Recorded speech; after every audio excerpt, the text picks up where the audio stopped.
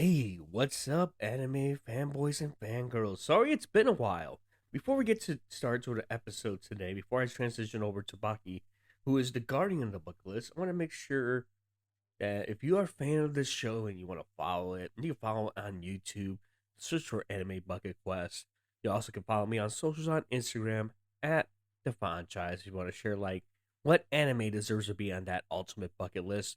Also, you can check me out also on other audio platforms such as Spotify, Apple Music, Audible, Amazon Music, and wherever you get your podcasts.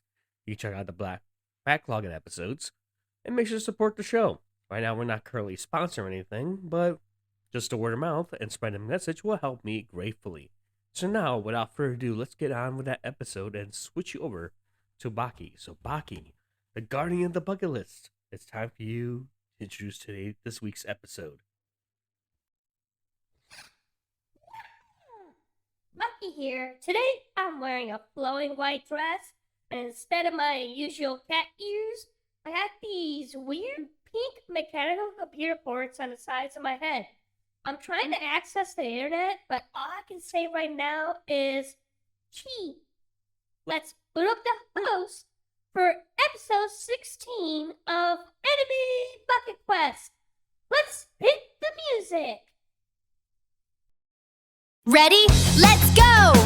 Yeah! Let the next big quest flow. Grab my bucket, hold on tight for a show that's super bright. Is it action? Is it feels? Let's find out what's for real! It's the Anime Bucket Quest! Yeah! The Anime Bucket Quest!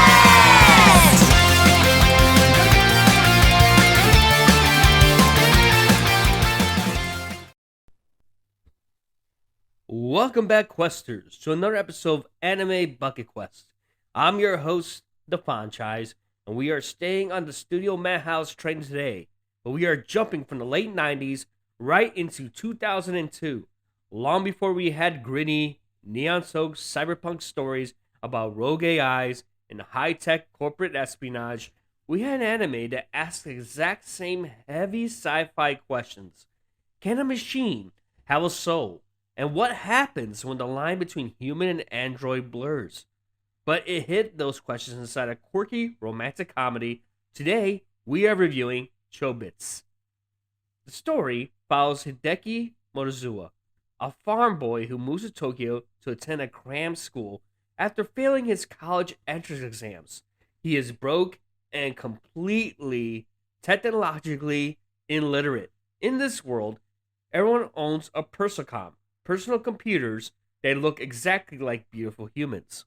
One night, Hideki finds an abandoned, stunningly beautiful Persocom lying in the trash. He takes her home, turns her on, and discovers she has no OS, no memory, and can only say one word: Chii. Hideki names her Chii and takes on the task of teaching her about the world.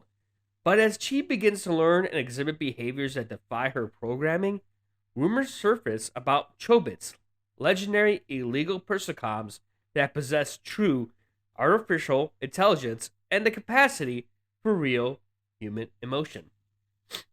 Let's talk about the anime experience. Watching Chobits today is a fascinating time capsule. It is a definition of early 2000s anime aesthetic.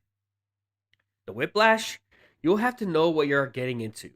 For the first half of the series, it's a heavy, ecchi comedy. There are a lot of jokes about Hideki being a broke teenager trying to buy magazines, and the power switch on female Persocoms is located in a very compromising place. Then you have the sci-fi turn. But right around the halfway point, the show pulls a massive bait and switch. The silly comedy fades, and it becomes an incredibly somber, psychological drama about isolation. It explores characters who have been deeply hurt by other humans and chose to replace their spouses, all children, with machines that never betrayed them. It is a surprisingly profound look at the ethics of artificial companionship. Now let's talk about the openings and the endings. Are they a banger? Or do you want to simply just skip it and get to the anime? It's time to check that playlist. Does the Chobit soundtrack compute? My verdict? The songs are a generational banger. The OP, Let Me Be With You by Roundtable featuring Nino, is one of the most iconic, toe-tapping, and undeniably catchy anime openings of the 2000s.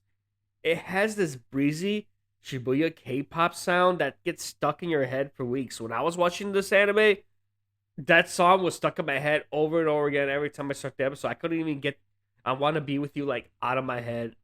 And of course you had the ending thing.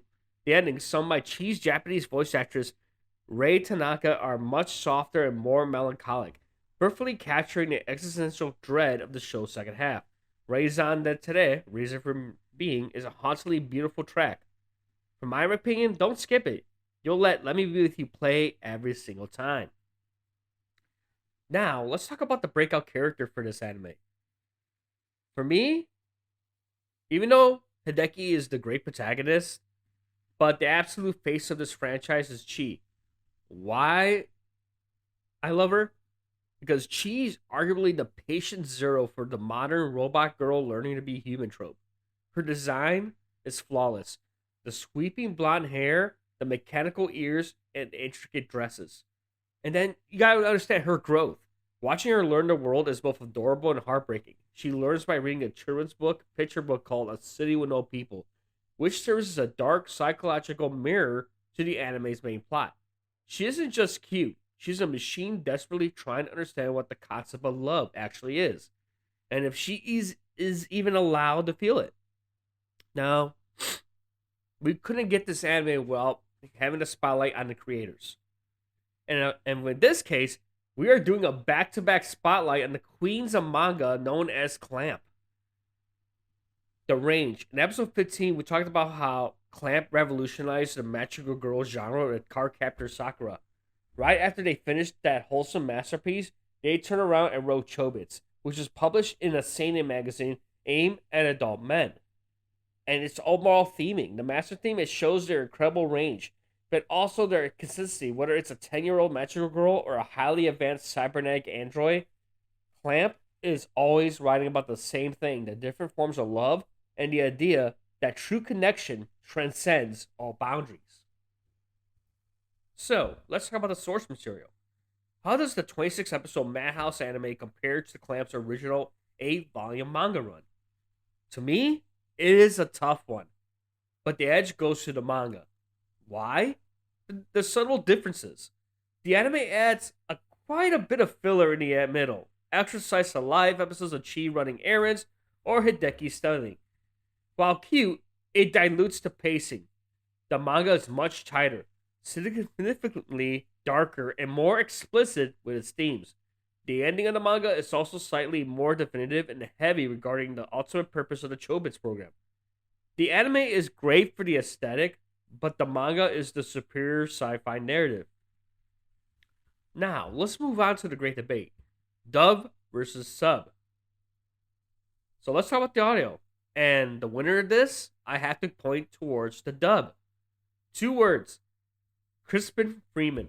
We just praised him in episode 14 for playing the brooding, silent vampire Haji in Blood Plus. Here, he plays Hideki, a screaming, panicking, deeply stressed out teenager. Freeman's comedic timing and the sheer vocal acrobatics he performs when Hideki's freaking out are absolute gold. Then we have Michelle Ruff, who also delivers a fantastic, innocent performance as Chii. It's a stellar early 2000s dub that holds up remarkably well. Where you can watch it. Lucky for me, you don't have to go to digging through the trash to boot this one up. The complete series of Chobits is available to stream right now on Crunchyroll in other regions besides the US. So if you have a VPN, make sure to switch your region to a different country, and you'll be able to enjoy Chobits in both dub and sub. Or you can look for like retro anime sites, or even sometimes you'll get episodes on YouTube as well. So, in my conclusion, does Chobits belong on the anime bucket list? I would say, to me, it's considered A tier. But it comes with a caveat. You will have to be okay with the daily early 2000s ecchi comedy tropes in the first half. If you can get past that, you'll be rewarded with a deeply moving, melancholic sci-fi romance that asks questions about AI relationships that are actually more relevant today than they were in 2002. So, definitely, I recommend you guys check that out. And let's go ahead and scratch off that anime off the poster. And that's a wrap for episode 16 of Anime Bucket Quest. I've been your host of Franchise. Baki is still trying to figure out how to reboot, so we are going to sign off. Be kind to your computers, and we'll see you on the next quest. As always, geek on, take care, watch anime, and keep on questing.